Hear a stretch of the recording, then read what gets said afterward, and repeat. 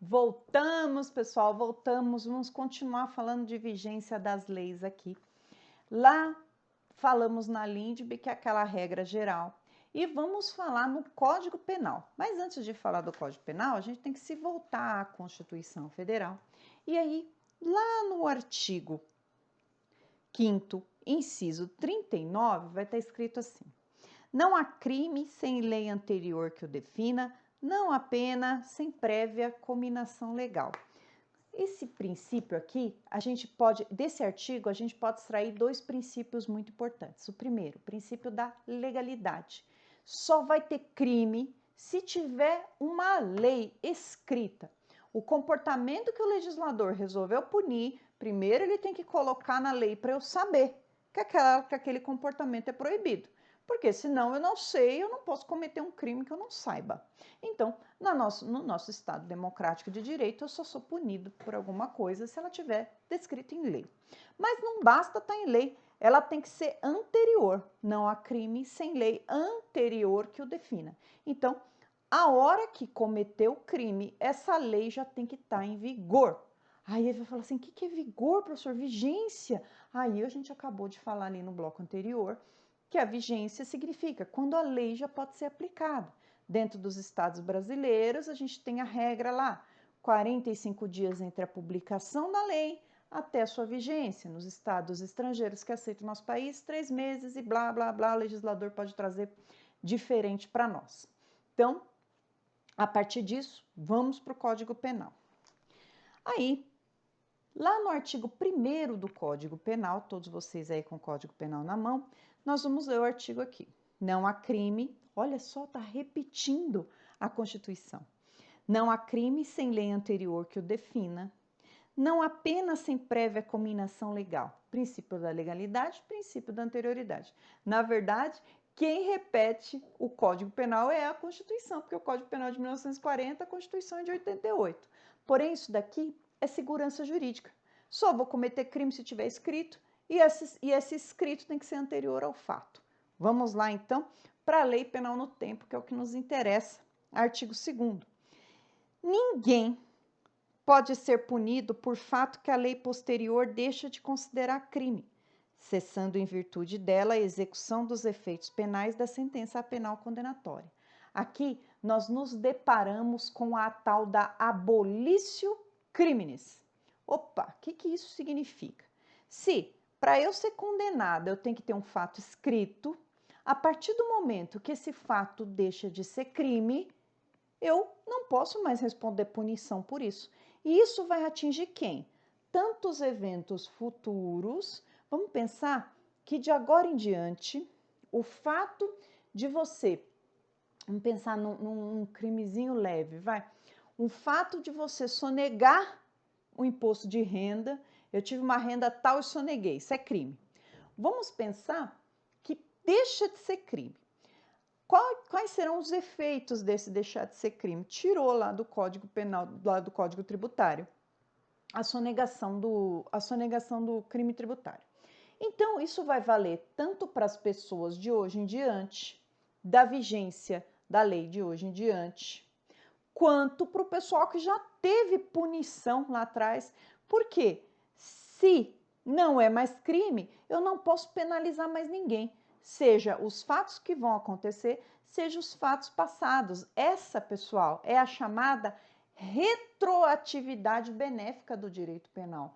Uma vez que não considero mais crime, vai atingir os fatos passados, desde que para beneficiar o réu. Então, se for para beneficiar aquela pessoa que praticou o crime, a lei penal é elástica e ela retroage. Se for para prejudicar, é de hoje em diante. Ah, aumentou a pena disso. Aumentou para 5 anos. É um exemplo. Então, para os crimes praticados a partir da vigência para frente vai valer. Para trás não vai valer, não vai piorar a vida das pessoas lá para trás. Continuando. Olha só, no parágrafo único.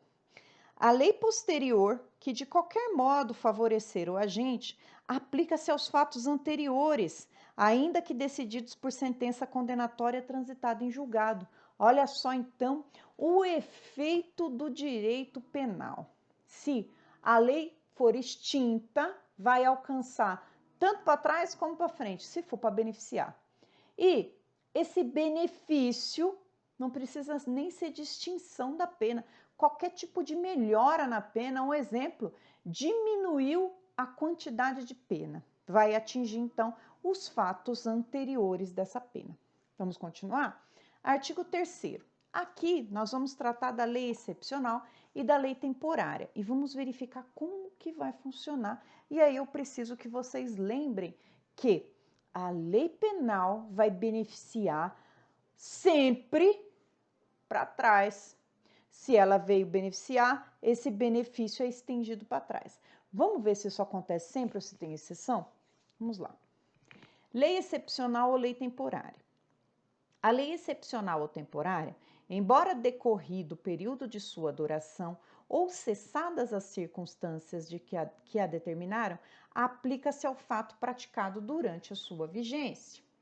Olha só, quando eu trato de lei temporária ou lei excepcional, eu preciso prestar muito atenção. Primeiro, vamos diferenciar cada uma delas. A lei temporária, ela foi feita com um período determinado de tempo para existir. Por exemplo, Lei Geral da Copa. A Lei Geral da Copa, ela teve um prazo para iniciar e um prazo para terminar. Todos os crimes que acontecerem, as infrações penais que acontecerem e forem infringidas da Lei da Copa, elas serão punidas nesse determinado período. Então, a Lei da Copa, quando acabou o período final da Lei da Copa, os crimes que aconteceram dentro dela são puníveis. Não vai ter essa retroatividade benéfica, já que acabou, retroage para melhorar. Não. Quando a lei é temporária, o que aconteceu durante esse período vai ser punido, senão não tinha razão de ser a lei. Da mesma forma, é a lei excepcional. O que é uma lei excepcional? É uma lei feita pelo legislador num momento excepcional, de crise, de calamidade. Agora, como que nós estamos passando um problema de calamidade? Vamos pensar que o legislador federal resolva criar um crime para esse período do coronavírus. Coloca lá que a partir de hoje é domingo, não sei nem que dia que é hoje, 22 de março. A partir de hoje, 22 de março. Quem sair de casa, dia que a Terra parou, quem sair de casa vai estar cometendo um crime. Quanto tempo vai durar? Como é uma lei excepcional, vai durar enquanto persistir esse decreto de excepcionalidade. Até a hora que o presidente falou, opa, acabou a excepcionalidade, esse tempo de calamidade pública acabou. Dessa hora em diante, essa lei não está mais vigente. Então, quando eu falo lei excepcional, ela vai perdurar no momento da excepcionalidade. Quanto tempo? Não sei, vai depender de quanto tempo vai demorar. Mas onde eu estou querendo chegar? Os delitos praticados durante esse período, pessoal, eles vão ser punidos. Poxa, imaginem só se eu saio de casa durante esse momento excepcional e eu respondo por algum crime. Então, saí de casa, fui ali no mercado comprar alguma coisa, porque eu já não aguentava mais, fui lá e comprei um estoque de bolacha passatempo e Coca-Cola. E não aguento mais comer bolacha passatempo e Coca-Cola. Vou lá fora comprar alguma coisa diferente. Lembrando do professor Francisco, fui comprar pipoca. Saí lá e pum, fui presa. Me colocaram de volta aqui na minha casa e disseram para mim: não pode sair, dia tal você vai lá no fórum que você vai estar respondendo por um processo. Aí, vamos pensar que esse período de calamidade acabe dia 14 de abril. Glória a Deus. Chega lá dia 14 de abril, tô lá eu lá no fórum, com a cartinha, vim me defender. E aí eu já fiz uma petição e fui lá e falei para o juiz assim, falei, olha, excelência, segundo o artigo 2º, ninguém pode ser punido por fato que lei posterior deixa de considerar crime. No meu caso, olha só, acabou o período de exceção, então não é mais crime, eu não posso ser punida por isso. Aí o juiz vai coçar a cabeça, vai falar assim, opa, mas espera aí. No seu caso, Marisa, é a exceção. Porque quando eu falo de lei temporária e lei excepcional, os crimes cometidos durante a vigência dessas duas únicas leis, mesmo depois que acabar o período, Não adianta, não vai a lei penal retroagir para te ajudar. Você vai responder por esses crimes. Então, o que a gente pode falar dessas leis? Que elas são autorrevogáveis. Chega a época que ela se revoga sozinha, não preciso. Lembra lá da Lindby que eu preciso de outra lei para revogar? Não, elas se revogam sozinha quando acaba a excepcionalidade ou quando acaba o prazo, mas elas são ultraativas, significa elas continuam surtindo efeitos mesmo depois da revogação. Nesse exemplo que eu dei, que eu saí de casa para ir no mercado comprar pipoca e fui presa e fui pega porque eu infringi a lei excepcional, eu vou responder esse processo normalmente, mesmo depois de ter cessado a vigência da lei excepcional.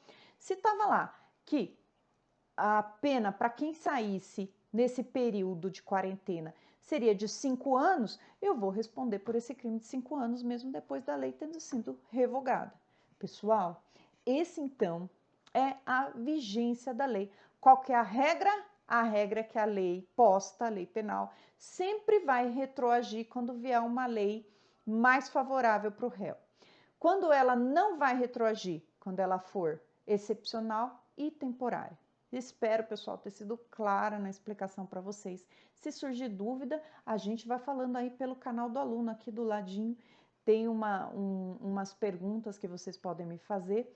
Também vocês podem me contactar a hora que vocês precisarem para a gente poder bater bola e falar sobre essas dúvidas. Só deixa eu dar um exemplo para vocês muito interessante sobre essa história dessa vigência da lei. Deixa eu ver se eu tenho esse código aqui, é um código super legal, com umas letras enormes, eu adorei ele. Aqui. Aqui, vamos lá. Achei.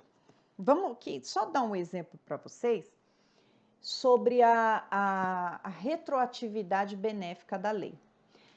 Até 2009, nós tínhamos 2 tipos penais diferentes.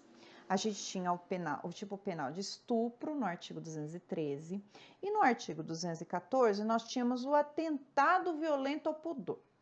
Então, a pessoa que estuprasse, estupro é conjunção carnal, pênis, vagina. A pessoa que estuprasse e mais cometesse conjunção carnal, vamos pensar aqui, coito oral, coito vaginal.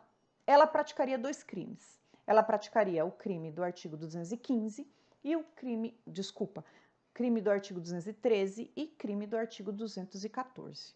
Seriam somadas as penas ali em concurso material ou concurso formal, aqui é concurso material. E aí, pessoal, o que ia acontecer? Essa pessoa responderia por 2 crimes, 2, o estupro e o atentado violento ao pudor. Em 2009, veio uma lei que disse o seguinte, veja, uma lei sem nenhuma técnica legislativa, veio e falou assim, porque como o estupro é conjunção carnal, pênis, vagina, só a mulher podia ser estuprada. Então, o discurso deles é, vamos enfiar o atentado violento ao pudor lá no meio do estupro, e aí homem também pode ser passível de estupro. Se houver um estupro, o homem também pode ser estuprado. Maravilha, essa era a intenção deles. Só que o que aconteceu? Quando uniu o estupro e o atentado violento ao pudor, criou-se um crime só. E aí esse crime vai estar lá no artigo 213, vou ler para vocês. Constranger alguém mediante violência ou grave ameaça a ter conjunção carnal ou praticar ou permitir que com ele se pratique outro ato libidinoso. A pena de 6 a 10 anos. Olha só, agora, lembra aqueles 2 crimes que a pessoa cometeu? Virou crime único. O que aconteceu com as pessoas de 2009 para trás que foram condenadas por 2? Opa! O juiz, então, teve que alterar a pena de todo mundo, né? Os advogados foram lá na justiça e, opa, retroatividade benéfica da lei penal. O meu cliente está respondendo por 2 crimes, ele tem que responder por um só agora. Foi lá e todo mundo está respondendo com uma pena só e, consequentemente, baixou a pena de um monte de gente, pessoal, até que já tinha cumprido a pena. Então, esse é um exemplo para vocês de um retrocesso aqui da nossa justiça penal, na minha opinião, quando fez a junção desses dois artigos de lei. Então, melhorou a situação do estuprador? Melhorou e muito. Essa melhora, ela vai valer, então, que o legislador está até hoje achando que foi uma piora, né? De hoje para frente, responde por um crime só. E os crimes que aconteceram para trás, todo mundo, então, que estava respondendo pelo 213 e 214, agora só responde pelo artigo 214. E se a pena for eventualmente maior, diminui. Foi isso que aconteceu. Então, dado o exemplo, já me faço por merecer aqui a gente partir para o nosso próximo tema, que é a teoria do crime. Lá na teoria do crime, pessoal, eu vou falando para vocês conforme a gente vai fazendo a apostila, porque eu faço de um jeito diferente, a sequência de atos, mas eu vou dizer para vocês onde que eu estou falando de cada lugar, para ficar mais fácil da gente aprender, tá bom? Dúvidas, então, estou à disposição de vocês. Até mais e continuem aí firme e forte nos estudos. Um beijo!